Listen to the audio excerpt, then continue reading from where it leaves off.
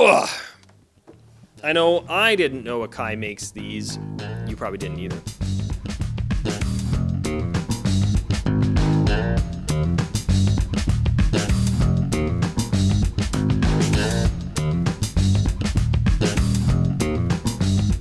So this is the Akai AMX10, not to be confused with the Akai AMX10, which is a DJ mixer. Don't reuse model numbers, guys. It's very annoying to try and find info on this, and especially annoying to find manuals. It's just a little all over the place to find info. What we have is, I believe, a 10-channel. We got 10 because I don't know if I wouldn't count the tape in. 10-channel powered mixer. The powered aspect of it can do 200 watts a side at 4 ohms. So probably 100 to 120 at 8 ohms, which doesn't sound like a lot by modern standards, but is more than enough to power particularly older passive speakers. I've got a set of Wharfdales that this matches up with perfectly. And it sounds pretty good for what it is. It is a little limited, which is what I like about it. There's no gain knobs on these, which is a little weird. It just has a volume. And for loaning this thing out and renting this thing out to people who haven't used a mixer board before, it's kind of a blessing in disguise. I've had, I just sold a mixer to somebody recently. They called me. It's like, yeah, I've got the volume channel all the way up, or volume fader all the way up, and it's just, I'm not getting any sound. I'm like, oh, is your gain on? So for rental and loaning side of life, or for the rental and loaning side of life, I do like that individual knob. I would prefer to have a gain knob. There's no compressors or anything like that. This predates the single knob compressors that I hold so dear on my Samson and Yamaha mixers. We do have built-in digital effects, which for the time this was released, I'm pretty sure that was fairly new and like a novel concept in some respects. I'm not too sure on the release date of this thing, so maybe it was pretty common by the time this thing was out. But they sound pretty good, right? They're very digitally, but it is digital effects, and it is, 20-year-old or so digital effects. So what do I want? We do have equalizers. When you set it, and this is something I really like about this, when you do set it to main or monitor, or main and monitor, because this can be switched between stereo, bridged, and main to amp 1, monitor amp 2. When you set it to monitor amp 2, this EQ becomes your EQ for your monitors, which that's super handy. And I wish more powered mixers would do that when they have the built-in EQ on it, because I don't care as much about my equalizer for my mains, but for monitors, I like to be able to, pull something down if it's creating feedback and things like that. No subwoofer out or anything like that. It does have an effects send. It does have 1/4 inch for ins and outs, just outs. If you have this in stereo, then this becomes monitor out. If you have it in main amp 1, monitor amp 1, then this becomes main out monitor, because it's monoed everything internally.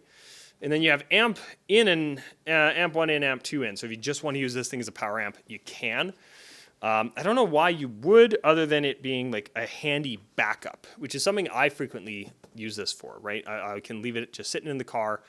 If my amp goes, if a mixer goes, this can fit the bill for a lot of different events. So I mostly use it for rental and loaning, because again, I do run into the occasional, we've never used a speaker before. How do we do that? And I can have all the cables taped and marked so how to plug this thing in when you get it to the event. I can preset all of the switches. They're very indented.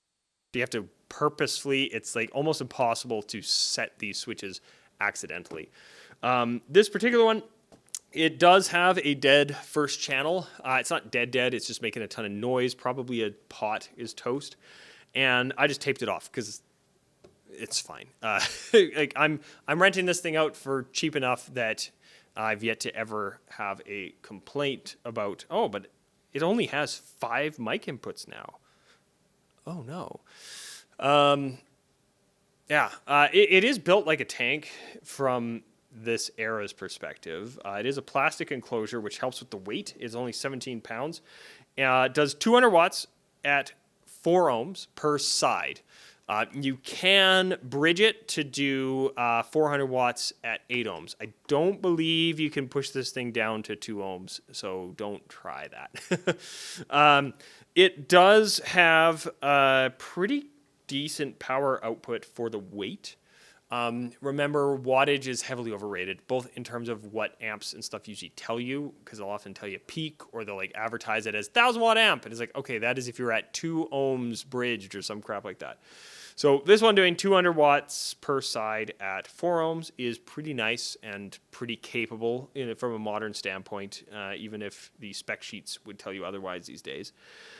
And you can bridge it, you can power mains or monitors or both off of it. It's just very handy.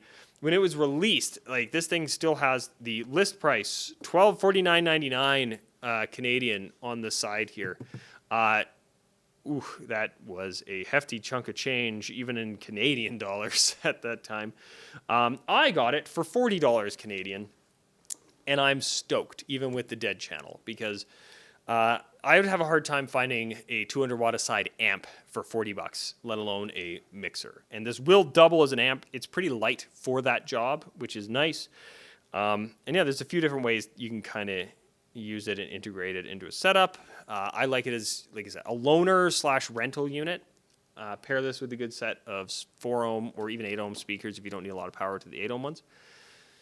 It just does the job. It just works really well. It's portable, it's easy to use, everything's labeled really well. It makes very, very good use of the space on this front panel. Yeah, so if you came across this video because you've found an AMX10 on the used market and you're trying to figure out, should I pick it up?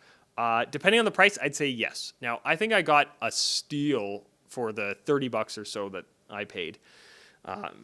Because again, $40 Canadian. I don't know how much I would pay new for it. It really depends. If you already have a bunch of passive speakers laying around and stuff, like the value changes based on your use case. But yeah, if you catch this thing for sub $100, I would snatch one up. Without too much hesitation. They sound good. They work well. They've got a lot of stuff in them between the digital effects, the equalizers, quite a few microphone channels. Again, for the money, the weight, the power output's pretty good.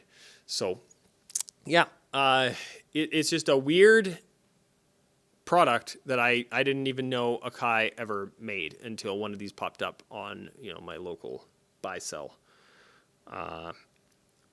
So if you find one, yeah, I recommend them. But yeah, it's definitely not for everybody. But yeah, perfect for, like I said, rentals and loaners and things like that. But anyway, I'll see you in the next video.